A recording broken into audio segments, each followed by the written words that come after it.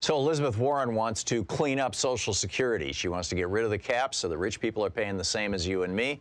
And she wants to give everybody a $200 a month raise who's on Social Security or Social Security disability. And TV pundits who all earn over $1 million a year, that's where that's starting pay, are freaked out. Oh, my God.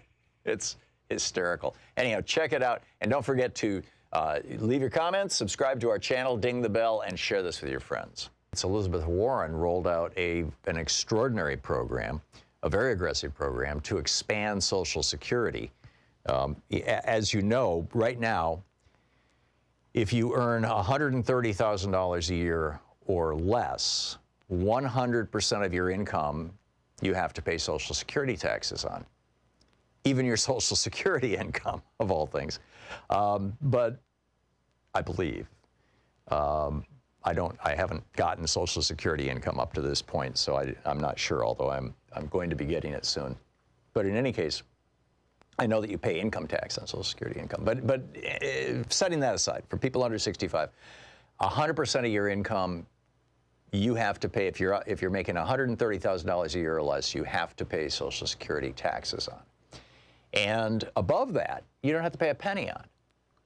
So, you know, right now the total is around 12%. It's a little over 12%. 12.4% is the total. Half of that is paid for by your employer. Half of that is paid for by you. So you're paying 6.2% tax into Social Security. And so we're paying basically a 12% tax on Social Security. So if you make under $130,000, you're paying 12% tax. But if you make $260,000, you're only paying a 6% tax.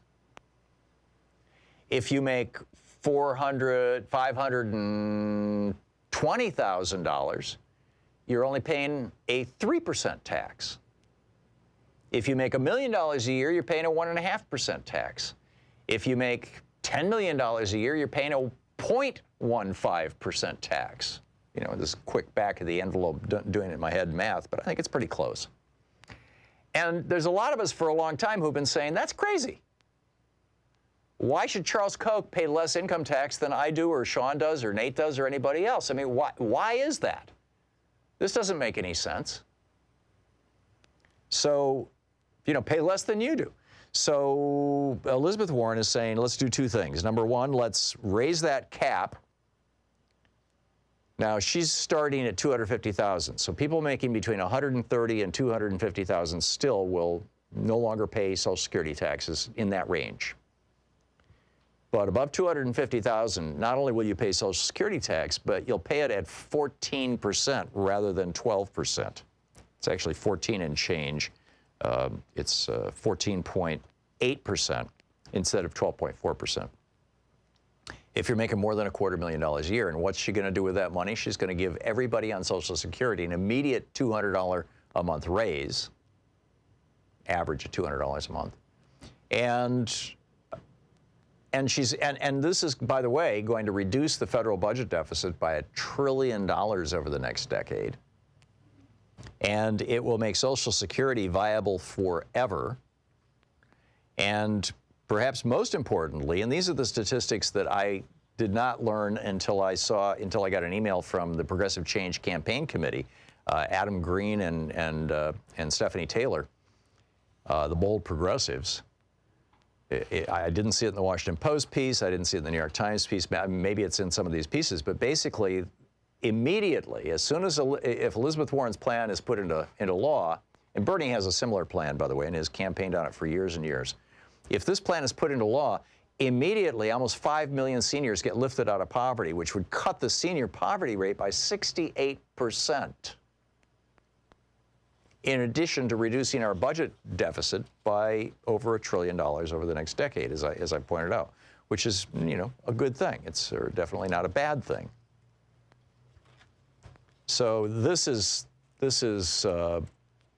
and Elizabeth Warren also wants people who earn their, in quotes, earn their income by sitting on their butts around the pool waiting for the dividend check to arrive. The Paris Hiltons of the world, the trust fund babies. They make their money by investing money. Elizabeth Warren wants them to start paying taxes on that investment money. Right now they pay a an income tax on it, although it's a much, much lower rate than you and I pay as working people. They only, this capital gains tax, they pay a much lower rate. But there's no Social Security tax for people like, the billionaires who live on their investments. They pay no Social Security tax at all. So she wants to start applying that to that kind of income, which I think is a good thing. I think it's a very good thing.